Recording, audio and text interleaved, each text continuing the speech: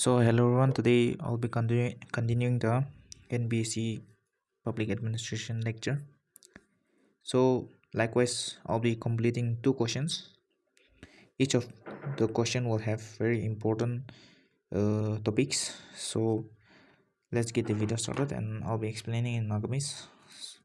So the first question is, the available techniques of administrative improvements, that is CPM, PERT, are too mechanical and simplistic to be applied in the real world of governance. Comment. So first of all, PERT, PERT, or CPM. Question baki ko ki PERT or CPM do apply karo na pare public administration. So tan bishi theoretical hogane public administration de apply karo na pare. So what does this mean?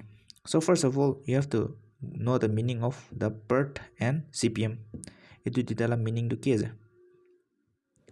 First of all, PERT, PERT. PERT stands for program evaluation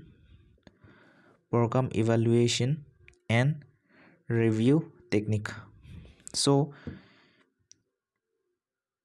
tela meaning to is program evaluation and review technique though.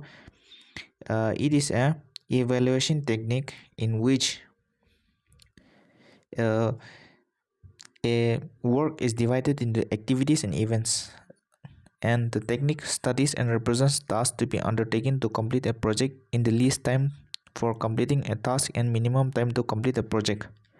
So PERT paki ko is suppose ekta kam ase, suppose ekta cake banaole ase, for example.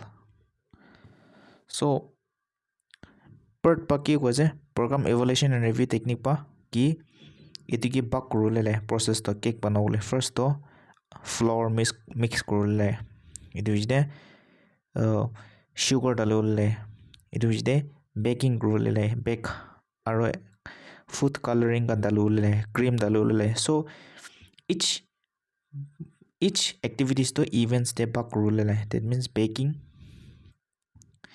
aro cooking aro adding cream inga for making a cake, and each activities to events de bakora ro itu सबसे कमती time de खत्म kurule. That means baking do itu सब do कमती time de kurule. That means baking do within 10 minutes de kurule, cooking do within 20 minutes de, cream dala do within 30 minutes denga. So this breaking down of a job into various activities and keeping a limited time is also known as PERT or program evaluation and review technique. Aro itula main criteria ke jugile to time kiman jabo na jane, we do not know how much time it will go. So this is PERT. Next is CPM. CPM stands for critical path method. So critical path method to ki ase? So critical path method to PERT nishne ase, but suppose same example cake banala activities. So PERT te to man bak kore sob to activities to aro tange सबसे कमती time de काम grow dije, and at the same time we do not know how much time it will take, but we try to finish the job in the least possible time. So itu PERT is it is CPM. Critical path method pa ki koi? Critical path method pa itu cake to tui within 30 minutes de banawole, ekta definite time dina thako. So you have to do it in 30 minutes in the best possible time. That means baking, cooking, cream dalala do juldi like at the best possible time khatam kurule lai. So aro itula main difference between PERT or CPM de yadi to time dina ase. That means ekta time sequence de kurule lai. That means cake te bichi cream dalala time bichi jale to itu ke kati do. That means itu ke chari do lai. So if ekta kam ke chari dile, it is very critical. That means it affects the process. So this is also known as the critical path method. So itu dita technique to kile apply karo na pare in administration, because let's apply logic. Our world is very complex. That means mon najane ki hule time de anytime a situation may pop up. So it is very difficult for even for an administrator and able administrator to know the time of how the problem will be solved. So the administrator has to take decisions in a complex environment of political, sociological, and time constraints. Though decision making techniques help to analyze the problem objectively, that means ekta objectively come the inga idu come grow gonna ekta order rake, but it is very difficult to achieve because the world is very complex. But the inherent free value character of these techniques render them non-productive more more often than not. For taking a decision using this technique, the administrator must know all the factors and the degree of influence in the current situation. Suppose ekta काम गर्नु रहेछ, suppose ekta village the inspection जब बोलेले तो ekta काम first तो you have to look after the municipality, after the water supply, after the electrical supply, after the customary courts and law and order. So there are many works: water supply and education, customary court, and law and order. So there are many objectives to be completed. So for an administrator, you have to know each and every problem, and you have to apply your techniques in order to achieve this. So it is very difficult to use this PERT and CPM method in administration. However, situations are generally unforeseen, and such objective diagnosis in a given time constraints will not be possible. So Konishna, our world is very complex and we cannot achieve anything in a given specific time.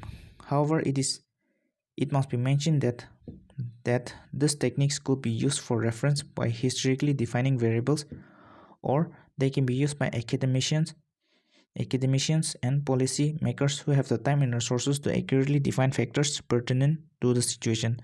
Thus, they could be used to develop an algorithm and standard operation procedure for recurring problems. Though this simplistic and mechanical, these techniques have their own importance in administration. So we cannot totally disagree with the PERT and CPM method, although they are very difficult to achieve in real world complex environment. At least it gives enough resources to the academicians and policy makers to make steps in which to make policy which can be helpful. So we cannot completely ignore the importance of this method such as PERT and CPM. So this question has been completed. Next question is this: there is no basic contradiction between civil service neutrality and civil service activism. So comment. So first of all, civil service neutrality or civil service activism to one differentiate grow. What is civil service neutrality? Civil service neutrality means one, suppose we are appointed as administrators or anything within a department, so we have to maintain utmost neutrality in the sense like no power can influence our decision making, and we should maintain high ethical standards, and we should if people try to bribe us, we should not be we should not fall to those words.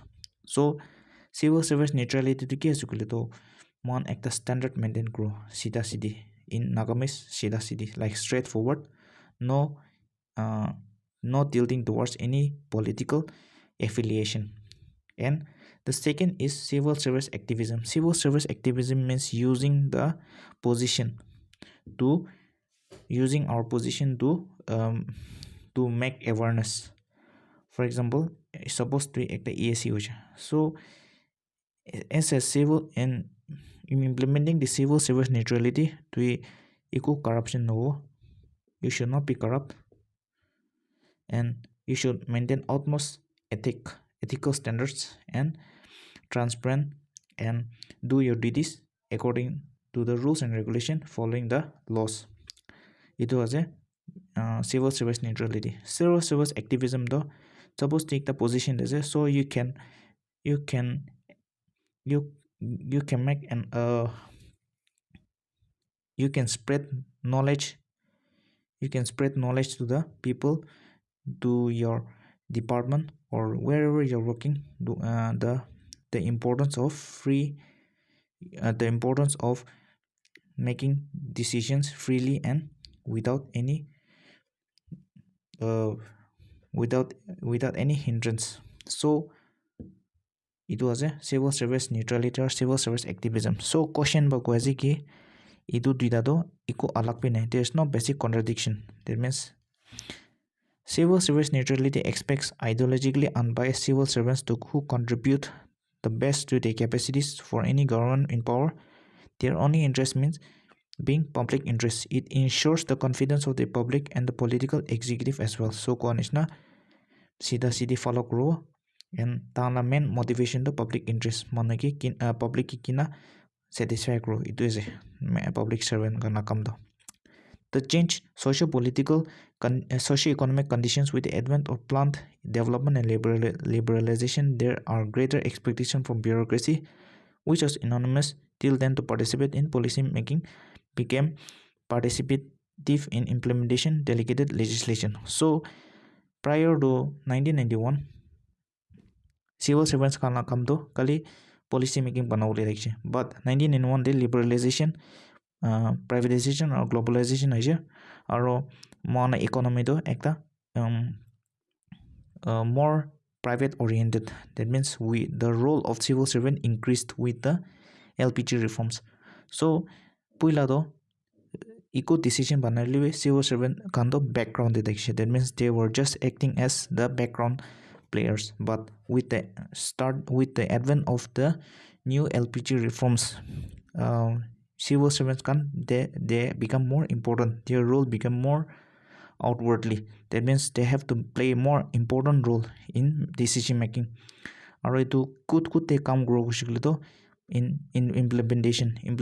That means kiki laws will be suppose ekta law ekta pass korje, so the ministers will not come and explain to the public. It is the civil servants who should come and explain the rules and regulation to the people.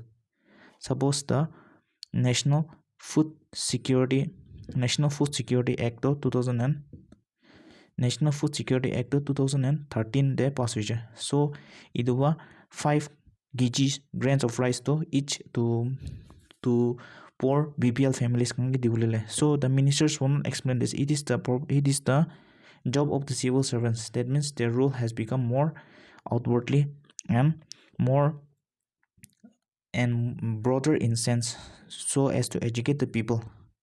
Second though, delegated legislation. Delegated legislation means since the legislature has not the time and the resources and the experience to make laws, they give some power to the civil servants. That means civil servants can get power there, or the civil servants kamba it rules the frame gray.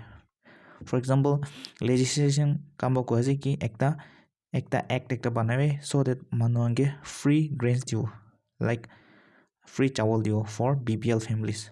So this idea will be given to the civil servants and they will make a law. So this law is also known as the National Food Security Act 2013. So civil servants kamba ido law do banawa, aro within this time ki condition rago ki BPL families hule lage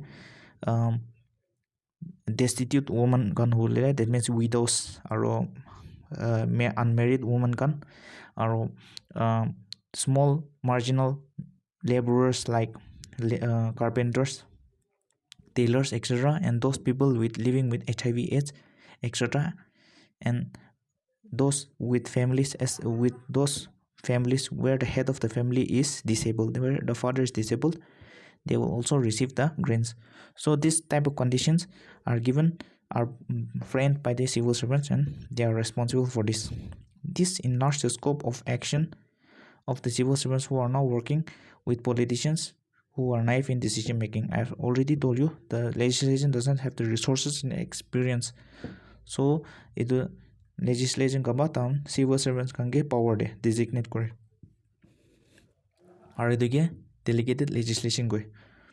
Also, with the growing number of people under the poverty line, widespread corruption and political business nexus alienating millions of from prospects of development are compelling the civil servants to come out of the veil of anonymity. Puila the background players देखिए इधर तो तान आगे आए से and defend public interest. This is also known as activism. Although it lacks any statutory definition, that means law the ikut dinana it all acts of civil servants involving him speaking out in the media, creating awareness in people about their rights, meeting workshops are considered part of activism. So it was a civil service activism. Only the rules and regulation but naturally though like because of the change of the role of the civil servants. While the neutrality envisaged in the All India Service conduct rules like no political affiliation, no expressing the vote of opinion, their vote opinion is still upheld. There are instances of politicization of bureaucracy which are disturbing the neutrality aspect. For the rest of the cases, neutrality goes hand in hand with activism as it is just to defend the public interest and philosophy of the constitution as a whole. Socio-economic, political, justice, equality, status, opportunity, freedom. So the two question has been completed. So with this the video has come to an end. I hope you all understood something. Thank you all for watching and have a great time.